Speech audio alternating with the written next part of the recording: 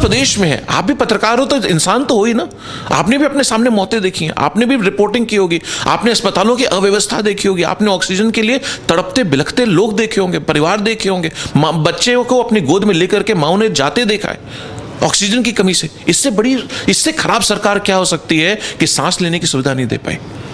एक चीज हमारे साथ बहुत अच्छी है, उत्तर प्रदेश में आप अगर किसी से चर्चा करेंगे तो एक नारा देता है, जब मैं राजनीति में आया तो मैंने भी ये नारा सुना और उसको पकड़ने की कोशिश की कि जो अपनी बात पे कायम है उसका नाम मुलायम है।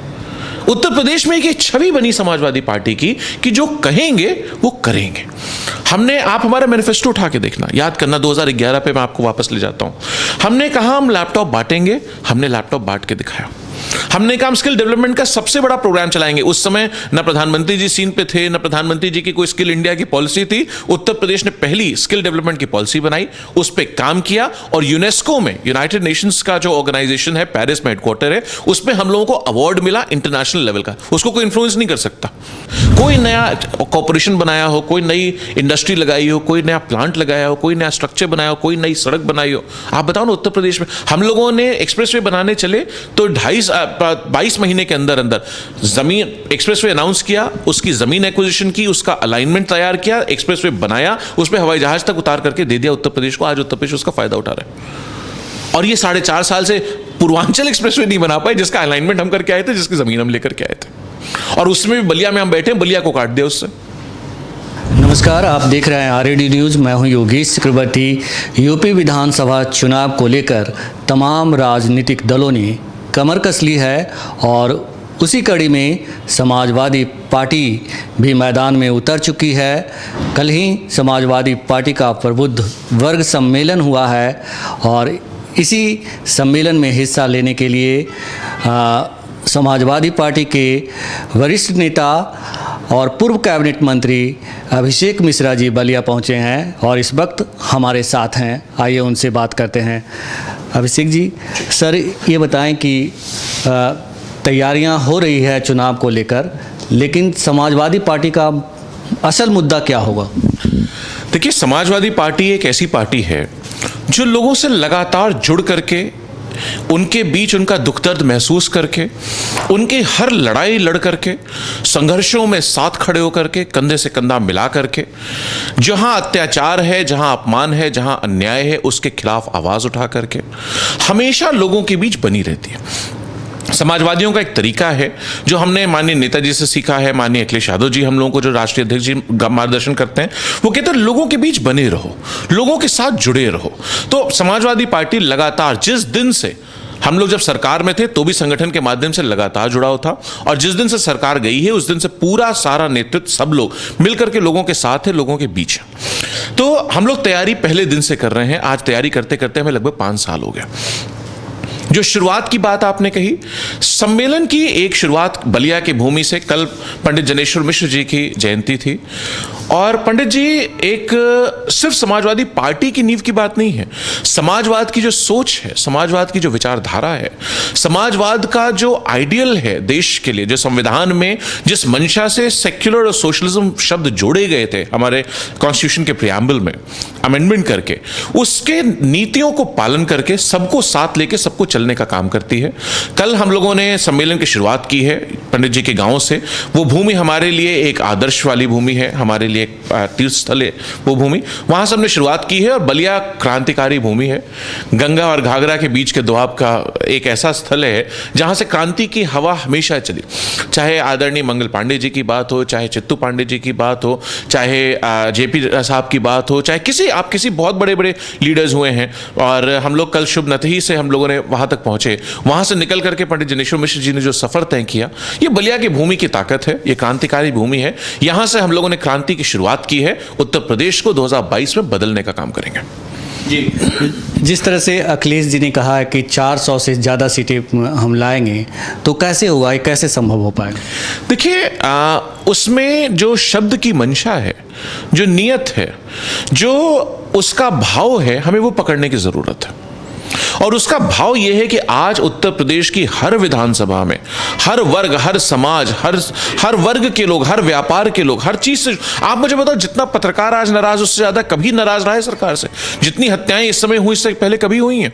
व्यापारियों में आप आ जाइए, आप प्रोफेशनल्स में आ जाइए, आप टीचर्स में आ जाइए, डॉक्टर्स में आ जाइए, किसी भी चीज में आ जाइए, तो आज 403 विधानसभाओं में लोग इतने ज्यादा नाराज हैं, सबने मन बना लिया है कि उत्तर प्रदेश को बदलने का काम करेंगे। और भारतीय जनता पार्टी, जो सिर्फ लोगों को लड़ाना जानती है, सिर्फ लोगों के बीच में दुश्मनी का भाव करना जानती है, बैर पैदा करना जानती है, उनको बांटना जानती है, हिंदू और मुसलमान के नाम पे अलग थलग करना चाहती है, उसको अब जनता फेल करने का मन बना चुकी है। जनता त्राही त्राही कर रही है, अब वो बंटने को तैयार नहीं। उसे रोजगार चाहिए, उसे बिजली का दाम सस्ता चाहिए, किसान को मदद चाहिए, सुरक्षा चाहिए बच्चों और बेटियों की, और महंगाई पे कंट्रोल चाहिए। ये प्रमुख मुद्दे हैं जिनको लेकर के समाजवादी पार्टी अपना आंदोलन कर रही है। 2017 में अपराध एक बहुत बड़ा मुद्दा था। मुझे याद है कि पीएम मोदी खुद रैली कर रहे थे और बड़े बड़े दावे किए थे कि हम यूपी की तकदीर और तस्वीर बदल देंगे, यहाँ गुंडा राज है।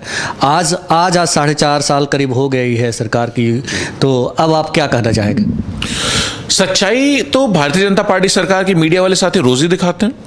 आज का अखबार उठा लीजिए, आप कहिए तो मैं उठा करके पढ़ दूं, कोई चीज ऐसी नहीं बची, चाहे हत्या की बात हो, चाहे हीनस क्राइम्स की बात हो, चाहे किडनैपिंग्स की बात हो, चाहे मर्डर्स की बात हो, चाहे डेकॉइटीज की बात हो, चाहे वेसाइड पिकिंग की बात हो, छोटे पेटी क्राइम की बात हो, और रेप्स की बात हो, गॉड फॉरबिड गैंग रेप्स की बात हो, बड़े बुजुर्गों के ऊपर अत्याचार की बात हो, डोमेस्टिक वायलेंस की बात हो, सब चीजों में आज उत्तर प्रदेश नंबर 1 पे खड़ा है। और ये मैं नहीं कह रहा, ये तो भारत सरकार का डेटा कह रहा है। जो ministry of home affairs data provide करती है, एनसीआरबी का, नेशनल क्राइम्स रिकॉर्ड ब्यूरो का, वो डेटा कह रहा है कि आज उत्तर प्रदेश आज तक की सबसे खराब स्थिति पे, वर्स्ट सिचुएशन पे अगर खड़ा है तो आज खड़ा है भारतीय जनता पार्टी की सरकार में खड़ा है। आईटी एक्ट का कितना दुरुपयोग हो रहा है, सेडिशन एक्ट का कितना दुरुपयोग हो रहा है, आप बता दो। आदमी कुछ कह ही नहीं सकता, अपनी आवाज नहीं उठा सकता, चाहे पत्रकारों के ऊपर रेड हो जाए, चाहे मीडिया हाउस पे रेड हो जाए, चाहे व्यापारियों के रेड हो जाए, चाहे आईएएस अफसरों के खिलाफ एक ट्वीट पे एफआईआर पे एफआईआर पे एफआईआर, कितनी एफआईआर हुई आप मुझे बताओ। तो इस लोकतंत्र में हम जी रहे हैं, हम कोई उसमें थोड़ा जी रहे हैं डिक्टेटरशिप में। तो बिल्कुल उत्तर प्रदेश की स्थिति आज इन्होंने ऐसी खराब कर दी है जैसी कभी नहीं रही। इन्फ्लेशन और इकोनॉमिक ग्रोथ क्रैश कर गई है। नौकरियों का आंकड़ा सरकार नहीं दे पाती। माननीय मुख्यमंत्री के अकाउंट से लेखपाल की भर्ती का जो वीडियो ट्वीट हुआ वो समाजवादी पार्टी का आदमी था जिसको उसमें नौकरी मिली, बाद में उनको डिलीट करना पड़ा। उस आदमी को भगाया, मीडिया वाले उसका पीछा कर रहे थे, मैंने देखा वो नेपाल भाग रहा था। तो जो समाजवादी पार्टी के भर्ती का माननीय मुख्यमंत्री की उससे ट्वीट हो रहा है, तो आप समझ सकते हो कि बिल्कुल भी इन्होंने ना नौकरियां दी ना कुछ दिया। कभी कहते हैं हमने एक साल में 4 लाख नौकरियां दी, आपने छापा, आपने देखा। कभी कहते हैं 6 लाख नौकरियां दी, और पिछले साल मुझे याद है जून के महीने में कोविड के दौरान एक दिन में 1.25 करोड़ नौकरियां दे दी थी। अब वो 1.25 करोड़ किसी को नहीं याद आता। वो 1.25 करोड़ कहां से आए थे? 1.25 करोड़ का कौन सा ऑफर लेटर ज्वाइन हुआ था, कौन सी वैकेंसी निकली थी, कौन सा एडवर्टाइजमेंट हुआ था, कौन सी रिक्रूटमेंट प्रोसेस हुई थी, कहां से बजटरी एलोकेशन हुआ था? भाई कोई अपने घर से थोड़ा लाता है। विधानसभा का एक प्रक्रिया है, सारा टैक्स मैं और आप जो देते हैं उससे सरकारें चलती हैं, सरकारें वही देती हैं। लोग कहते हैं सरकार दे रही है, सरकार मुफ्त दे, सरकार के अपने घर से लाई थी। चाहे उनकी सरकार, चाहे माननीय राष्ट्रीय अध्यक्ष जी मुख्यमंत्री थे, चाहे आज ये लोग मुख्यमंत्री हैं या प्रधानमंत्री हैं, वो क्या अपने घर से लाए जो दे रहे हैं? सब आपका पैसा है, आपसे ही लिया जाता है। मैं आपको इकोनॉमिक्स समझाऊं, आप याद करिए पेट्रोल और डीजल जो 40, 45, 50 रुपए हुआ करता था, वो आज 70, 80, 100 रुपए, 110 रुपए पहुंच रहा है। वहां से आपसे हर लीटर पे 50 रुपए ले लिए, हर लीटर पे। आदमी एक दिन में अगर 4 लीटर भी इस्तेमाल कर रहा है तो 200 रुपए का उसको रोज का नुकसान है। मैं कहता हूं 360 दिन नहीं चलाएगा, 300 दिन चलाएगा तो 60,000 रुपए का नुकसान है। और साल में 2,000 रुपए दे देते और कहते हैं हमने आपको 2,000 रुपए दिए। अरे लेके तो वहीं से आए हो। तो ये सिर्फ झूठ बोलने में माहिर है, प्रोपेगेंडा करने में माहिर है, लेकिन अब उत्तर प्रदेश और हिंदुस्तान इनका सच जान चुका है। अभी आपने देखा किस तरीके से ऑक्सीजन की कमी से कितना लोगों की मौत हो गई। सैकड़ों, हजारों, लाखों की संख्या में लोग चले गए। गांव-गांव में शमशान घाट बन गए, लोगों ने खेत में लाशें जला दी। उत्तर प्रदेश में लखनऊ में, राजधानी में, हम लोग वहां राजनीति करते हैं, मेरा क्षेत्र है, जो पार्क जहां बड़े बुजुर्ग टहलते थे, बच्चे खेलते थे, महिलाएं बैठती थी, उनमें लाशें जल रही थी। और उसके बाद वो भयावह सीन देख के, जिसको देख के आज भी रूह कांप उठती है, आंसू निकलते हैं। उसके बाद ये कह रहे हैं कि ऑक्सीजन की कमी से एक आदमी हिंदुस्तान में नहीं मरा। कैसी कैसी सरकार है। इतना ही नहीं, पीएम मोदी वाराणसी आए थे तो उन्होंने कहा कि सीएम योगी ने कोविड के दौरान जो काम किए उसका अनुसरण दूसरे देशों ने किया, इतने अच्छे काम किए। अब देखिए, आपका दर्द जाग उठा, आपसे रहा नहीं गया। दर्द है ना, ये दर्द सब में है, पूरे उत्तर प्रदेश में है। आप भी पत्रकार हो तो इंसान तो हो ही ना, आपने भी अपने सामने मौतें देखी हैं, आपने भी रिपोर्टिंग की होगी, आपने अस्पतालों की अव्यवस्था देखी होगी, आपने ऑक्सीजन के लिए तड़पते बिलखते लोग देखे होंगे, परिवार देखे होंगे, बच्चे को अपनी गोद में लेकर के माँ ने जाते देखा है ऑक्सीजन की कमी से। इससे खराब सरकार क्या हो सकती है कि सांस लेने की सुविधा नहीं दे पाई, और उसके बाद लोग ऐसी बात करते। इसी बात का दर्द है, इसी बात का लोगों को नाराजगी है, और यही अहंकार, यही घमंड, यही झूठ भारतीय जनता पार्टी को ले डूबेगा। सर, अभी हम बलिया में घूम रहे हैं, बहुत सारे इलाकों में, विधानसभा क्षेत्रों में गए हैं, तो अखिलेश जी एक ऐसे नेता के तौर पे मतलब लोगों के जुबान पे हैं कि वो हमारी तकदीर बदलेंगे, तस्वीर बदलेंगे यूपी का। तो इस तरह का अभी जो माहौल बना है, तो क्या लगता है कि आप लोग उसको वोट में कन्वर्ट कर पाएंगे? देखिए, समाजवादी लोग हमेशा, एक चीज़ हमारे साथ बहुत अच्छी है, उत्तर प्रदेश में आप अगर किसी से चर्चा करेंगे तो एक नारा देता। जब मैं राजनीति में आया तो मैंने भी ये नारा सुना और उसको पकड़ने की कोशिश की कि जो अपनी बात पे कायम है उसका नाम मुलायम है। उत्तर प्रदेश में एक छवि बनी समाजवादी पार्टी की कि जो कहेंगे वो करेंगे। आप हमारा मैनिफेस्टो उठा के देखना, याद करना, 2011 पे मैं आपको वापस ले जाता हूं। हमने कहा हम लैपटॉप बांटेंगे, हमने लैपटॉप बांट के दिखाया। हमने कहा हम स्किल डेवलपमेंट का सबसे बड़ा प्रोग्राम चलाएंगे। उस समय न प्रधानमंत्री जी सीन पे थे, न प्रधानमंत्री जी की कोई स्किल इंडिया की पॉलिसी थी। उत्तर प्रदेश ने पहली स्किल डेवलपमेंट की पॉलिसी बनाई, उस पर काम किया, और यूनेस्को में, यूनाइटेड नेशंस का जो ऑर्गेनाइजेशन है, पेरिस में हेडक्वार्टर है, उसमें हम लोगों को अवार्ड मिला इंटरनेशनल लेवल का। उसको कोई इन्फ्लुएंस नहीं कर सकता, और मुझको स्वयं मुख्यमंत्री जी ने नामित किया कि आप जाइए, आप अवार्ड रिसीव करके आइए पेरिस में। तो हम लोगों ने उस पे काम किया। किसानों की बिजली की बात आई, हमने उसको बांधने का काम किया। बुनकरों की बिजली बांधने का बात आई, हमने उसका रेट बांधने का काम किया। ये कोशिश की कि दवा पढ़ाई सस्ती हो, और रोटी कपड़ा सस्ती हो, और दवा पढ़ाई मुफ्ती हो। ₹1 का पर्चा लोहिया संस्थान में हमने बनाया था। लखनऊ में जो सबसे अच्छा अस्पताल है, उसको आकर के भारतीय जनता पार्टी ने, अगर मुझको फिगर सही याद है तो ₹100 कर दिया। ₹1 से ₹100, आप जोड़ लो कितने गुना हो गया, कितने गुना हो गया। तो ये जो भारतीय जनता पार्टी का तरीका है, जितने लोगों को इन्होंने अभी जो बिजली के कनेक्शन बांटे सौभाग्य के स्कीम के तहत, गांव-गांव जाकर के बांटे, लोगों को ये इंप्रेशन दिया कि बिजली आपको मिलेगी, मुफ्त मिलेगी। अब आज की तारीख में छोटे से झोपड़ी वाले का भी 5-5, 6-6 हज़ार रुपए का बिल आ रहा है, और अगर वो बेचारा किसी गरीबी में, कोविड की वजह से किसी दौरान अगर उसके पास कैश नहीं था और वो नहीं जमा कर पाया, तो उसको रिकनेक्शन के लिए पहले 600 रुपए देने हैं, उसके बाद रिकनेक्शन होगा जब वो पूरा बिल बिजली का देगा। कहां से लाएगा गरीब आदमी? आपने पढ़ा होगा अभी इस महीने का जो डेटा है, 35 लाख लोगों की, जो सैलरीड लोग थे, उनकी नौकरियां चली गई हैं। कितने लोग ऐसे हैं आप जानते होंगे, सैकड़ों को, जिनको नौकरियां तो बची हुई, लेकिन तनख्वाहें इंस्टीट्यूशंस ने जहां भी वो काम कर रहे हैं उनका भाई हम अभी तनख्वाह नहीं दे पाएंगे, आगे 2, 4, 6 महीने में देंगे, अभी 20%, 30%, 40%, 50% ले लो, काम चला लो। तो उस स्थिति में कहां से लाएगा आदमी बच्चों की फीस कहां से देगा? बच्चों की फीस में इतनी बड़ी बड़ी बातें करते हैं। आप मुझे बता दो, किसी एक स्कूल ने फीस कम की हो तो इनके कहने पे नहीं कर सकते थे क्या? क्यों नहीं कर सकते थे? क्या बाकी प्रदेशों ने करके नहीं दिखाया? करके दिखाया। आप समाजवादियों की सरकार बना दो, हम बिजली का दाम कम करके दिखा देंगे आपको। आज उत्तर प्रदेश में आप कहते हैं इंडस्ट्रियलाइजेशन चलेगा, आप उत्तर प्रदेश में सैकड़ों करोड़ रुपए खर्च करके आप इन्वेस्टर सबमिट करते हैं। आपके इन्वेस्टर कैसे आएगा जब आप बिजली ₹7.5 पे मुझको दे रहे हो? हाउस कंजम्पशन के लिए मैक्सिमम रेट ₹7.5-8 का है, कॉमर्शियल कंजम्पशन की तो बात ही अलग है। और वहीं आसपास के जो 7-8 प्रदेश हैं, उनमें किसी में ₹3, ₹3.5 पार नहीं करती बिजली। तो मेरे कहने से, मुख्यमंत्री कहने से बिजनेस आ जाएगा, इन्वेस्टमेंट आ जाएगा, फैक्ट्रियां लग जाएंगी?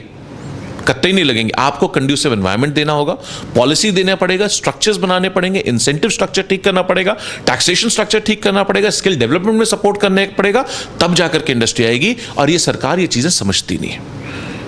इन लोगों के यहां, इनको इस चीजों की अंडरस्टैंडिंग ही नहीं है कि इकोनॉमिक लिंकेजेस क्या है। और जब तक वो नहीं समझेंगे, जब तक इकोनॉमिक वैल्यू चेन नहीं समझेंगे, इकोनॉमिक लिंकेजेस नहीं समझेंगे, इंटरलिंकेजेस नहीं समझेंगे, तब तक इनके कहने से कोई नहीं इन्वेस्ट करने वाला।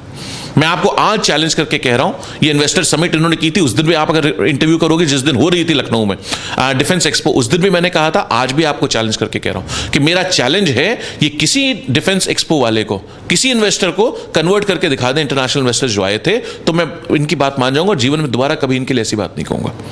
और ना हो जाए तो आज के बाद ये स्वीकार कर लें कि हम दोबारा नहीं कहेंगे। उस दिन मैंने कहा था, आज दो साल बीत गए उस बात को।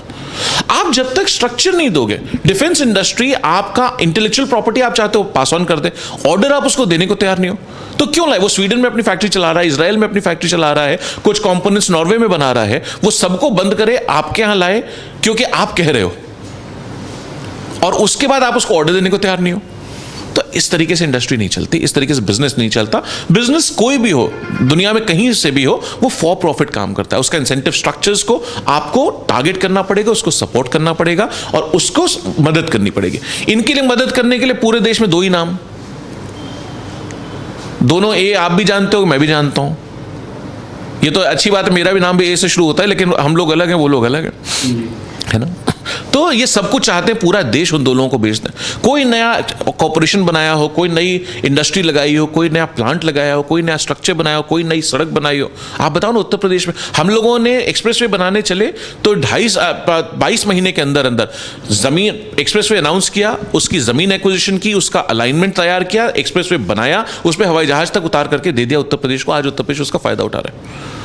और ये 4.5 साल से पूर्वांचल एक्सप्रेसवे नहीं बना पाए, जिसका अलाइनमेंट हम करके आए थे, जिसकी जमीन हम लेकर के आए थे, और उसमें भी बलिया में हम बैठे, बलिया को काट दिया उससे। पूर्वांचल की बात कैसे हो सकती है बलिया छोड़ करके? क्या बलिया नहीं है? और NH है, आप चले जाओ। कल मैं शुभनाथई गया था, यहां से जो पटना जा रही है सड़क बंधे पे, आप चले जाओ, आप देख लो, उस सड़क के दोनों किनारे जितनी विधानसभाएं हैं, जितने संसदीय क्षेत्र हैं, सब भाजपा ही है इस समय। भाजपा के सारे विधायक हैं, भाजपा के सारे सांसद हैं। आप उस सड़क का हाल देख लो जाकर के। अगर आपकी गाड़ी 25 किलोमीटर की स्पीड पार कर ले तो आप मुझे बता देना। काम इनको ना आता है, ना करेंगे। सिर्फ जनता उत्तर प्रदेश के निर्णय ले ले कि अब हिंदू मुसलमान में नहीं बंटता है। सर, आपने कहा कि आपने स्किल डेवलपमेंट की बात की, सबसे पहले आपने शुरू की, अवार्ड पेरिस में मिला है आपको, तो कहीं ना कहीं इसका मतलब ये है कि आप प्रचार का जो वो है माध्यम है, उसमें आप पास नहीं हो पाते हैं। उसमें फिर कहा जाता है कि बीजेपी का प्रचार तंत्र है वो काफ़ी मजबूत है। तो RSS के बारे में कहा जाता है कि, और कई सज्जनों ने बताया भी मुझे कि वो अभी से काम कर रहे हैं, तो इससे कैसे पार पाएंगे आप? देखिए, अब मैं कुछ कहूँगा तो आपको बुरा लग जाएगा। मीडिया वाले मदद कर देते हैं उनकी, हमारी मदद करते नहीं आप लोग। तो आप लोग भी थोड़े हम लोगों की मदद भी करो, थोड़ा बहुत। जरा, अब कोई शब्द एडजेक्टिव में इस्तेमाल नहीं करना चाह रहा, तो कहीं ना कहीं प्रचार में और प्रचार के जो कारण है, आप देखिए, इसमें मैं ये नहीं कह रहा कि कोई, अगेन इकोनॉमिक इंसेंटिव स्ट्रक्चर की बात है। आप अभी एक RTI लगी थी कि किस चैनल को कितने पैसे मिले, किस मीडिया हाउस को कितने पैसे मिले, कितने गुने का जंप है। समाजवादी सरकार जनता का कितना पैसा अपने प्रचार पे खर्च कर रही थी, उससे कितने गुना ज्यादा आज भाजपा सरकार खर्च कर रही है। काम कुछ नहीं करते, प्रचार बड़ा बड़ा करते हैं, घोषणाएं रोज करते हैं। आप यहां बैठे हो, आज बलिया में जिस सड़क की मैं चर्चा कर रहा हूं, उसमें 2016 में माननीय नितिन गडकरी साहब नेशनल हाईवेज अथॉरिटी के कैबिनेट मिनिस्टर भारत सरकार के हैसियत से उन्होंने पुल अनाउंस किया था, उन्होंने उसको ठीक करने का अनाउंस किया था, उसकी वाइडनिंग अनाउंस की थी। आज तक एक ईंट नहीं लगी उस पर, एक पत्थर नहीं। आज 5 साल हो गए उस बात को। हम लोगों ने जो पुल बना करके दिया पंडित जनेश्वर मिश्र जी के नाम पर, उस पर आज तक अप्रोच रोड नहीं बना पाई भारतीय जनता पार्टी सरकार। 5 साल की सरकार खत्म हो रही है इनकी, 3 महीने के अंदर अंदर आचार संहिता लग जाएगी। तो इन्हें काम नहीं करना, ये सब प्रचार करना जानते हैं। अभी तक क्या था, जनता बाकी मुद्दों पे इन्होंने बहका दिया था, भटका दिया था, इसलिए ये मुद्दा इनका चल गया। इन्हें इस पे नहीं वोट मिले थे। इस पे वोट मिलता तो माननीय राष्ट्रीय अध्यक्ष श्री अखिलेश यादव का मुकाबला कोई नहीं कर सकता। आज जितना काम हम लोगों ने किया था, उनके नेतृत्व में जो काम हुआ, सबको एक विजन है उनका, एक डेवलपमेंट ओरिएंटेड, एक ग्रोथ ओरिएंटेड आदमी है। उन्होंने पढ़ाई लिखाई की है, वो जानते हैं, समझते हैं, दुनिया देखी है उन्होंने, इंटरनेशनली एक्सपोज्ड हैं, पढ़ने के लिए उन्होंने दुनिया में पढ़ाई की है अच्छी यूनिवर्सिटी से। तो जब वैसा आदमी सरकार चलाएगा तो उसका एक विजन अलग होगा, ग्रोथ अलग होगी, स्टोरी अलग होगी, डेवलपमेंट अलग होगा। और हम और आप अगर नौकरी देते हैं ड्राइवर की, तो उससे पूछते हैं ड्राइविंग लाइसेंस है कि नहीं है, कितने दिन का है। सिपाही की भर्ती करते हैं तो सिपाही में दौड़ाते हैं उसको कि भाई दौड़ के दिखाओ यहां से वहां तक, कितने दिन में चले जाओगे। तो सही आदमी को सही काम दीजिए, अपने आप ठीक से होगा। जी जी जी, हम आपको बता दें कि अखिलेश यादव एक इंजीनियर हैं, खास करके इन्वायरमेंट के प्रति काफ़ी जागरूक रहते हैं वो, और बहुत इन्वायरमेंट को लेकर के, पर्यावरण को लेकर के उन्होंने बहुत सारे काम किए हैं जो जी जी जी दुनिया की बड़ी अच्छी यूनिवर्सिटीज़ में से है, और वहाँ से एमटेक किया उन्होंने, मास्टर्स किया इन्वायरमेंटल साइंसेज में। तो ये है अखिलेश यादव का जो प्रोफाइल है, काफ़ी बड़ा है पढ़ाई लिखाई के मामले में। सर आखिरी सवाल, कहते हैं कि जो केंद्र की कुर्सी है, पीएम की कुर्सी है, उसका रास्ता यूपी से होकर जाता है, तो क्या आप लोग 2022 में मतलब कामयाब होंगे रोकने में? देखिए, केंद्र की कुर्सी की चिंता आज तो माननीय मोदी जी करें, वो MY फैक्टर वहाँ चलता रहता है मोदी योगी का। अभी आप मीडिया के माध्यम से हम लोगों ने बड़ी लड़ाई सुनी, कोई कह रहा था मुख्यमंत्री हटने वाले हैं, कोई कह रहे प्रधानमंत्री किसी को मंत्री बनाना चाह रहे थे, कोई कुछ कह रहा था, कोई कुछ कह रहा था, मुझे नहीं सच्चाई पता, ठीक है ना। उसकी चिंता आज की तारीख में तो माननीय प्रधानमंत्री जी करें कि उत्तर प्रदेश में क्या हो रहा है और वो किसको चैलेंज करने जा रहे हैं। उत्तर प्रदेश का निर्णय मैं आपको बता सकता हूं आज, जो एकदम साफ है, मन क्लियर है, उत्तर प्रदेश की जनता मन बना चुके, बड़े बुजुर्ग मन बना चुके हैं, नौजवान साथ देने का मन बना चुका है। वो है माननीय अखिलेश यादव जी को आशीर्वाद मिलने जा रहा है, हर वर्ग का, हर समाज का, कि वो आप आइए और उत्तर प्रदेश को एक जिम्मेदार सरकार दीजिए, दोबारा से विकास की बात करिए, दोबारा से सड़कें बने, दोबारा से नौकरियां निकलें, और हम आपको विश्वास दिलाते हैं कि लाखों नौकरियां हमारा टारगेट है, महंगाई कम करना हमारा टारगेट है, किसान को ठीक करना हमारा टारगेट है, ऑक्सीजन की कमी से उत्तर प्रदेश में एक इंसान न मरे आज के बाद दोबारा कभी, ये हमारा टारगेट है, और लोगों को एक बार दोबारा इकोनॉमिक ग्रोथ से जोड़ा जा सके, उनको हिंदू मुसलमान की लड़ाई के मुद्दों से, जातीय मुद्दों की लड़ाई के मुद्दों से दूर करके एक इकोनॉमिक ग्रोथ, एजुकेशन और प्रोस्पेरिटी के रास्ते पे चलाया जा सके। इस रास्ते पे समाजवादी काम करेंगे, और हमसे अच्छा काम न इन्होंने किया है, न हमसे अच्छा काम ये करके दिखा सकते हैं। ये मेरा चैलेंज है। हमसे बात करने के लिए आपका बहुत शुक्रिया। धन्यवाद, बहुत शुक्रिया। तो ये थे अभिषेक मिश्रा जी, जिनका कहना था कि अखिलेश यादव ने बहुत सारे काम किए हैं। इसके साथ ही इन्होंने कहा कि हम हर मोर्चे पर, आर्थिक मोर्चे से लेकर के रोजगार के मोर्चे पे काम करने को तैयार हैं, और हमें पता है कि कैसे हम जनता को सर्व करेंगे, इसीलिए जनता हमें मौका दे, हम उन्हें करके दिखाएंगे। योगेश चक्रवर्ती, RAD news, Ballia. Thank you sir. Thank you.